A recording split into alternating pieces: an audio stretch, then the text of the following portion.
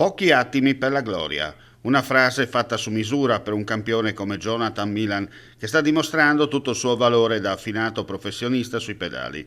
Dopo anni di digiuno e batoste, si sentirà echeggiare sullo splendido palco dei Campi Elisi, con lo sfondo l'Arco di Trionfo, Lino di Mameli. Per un gioco del destino, in questo caso positivo, il Toro di Buia riporterà un friulano nell'elite della Grande Boucle. 100 anni fa Ottavio Bottecchia, il Furlan de Fero, bissava il suo successo al Tour in quella che viene definita come l'università del ciclismo, e un secolo dopo, su strade asfaltate e moderne, un altro friulano porterà in alto il nome della sua terra. Non sarà maglia gialla, ma sempre di vittoria parliamo. Negli ultimi anni il campione di Buia ha saputo mettere in campo grinta, cuore, tenacia e maturità, e i successi non nascono per caso. Domani l'ultima tappa con il circuito finale lungo i viali alberati dei Champs-Élysées, attraversando il Louvre e l'Arc de Triomphe. Poi lo sprint finale, che consacrerà definitivamente questo spilungone dalla pedalata veloce e dal cuore tenero come i friulani sono.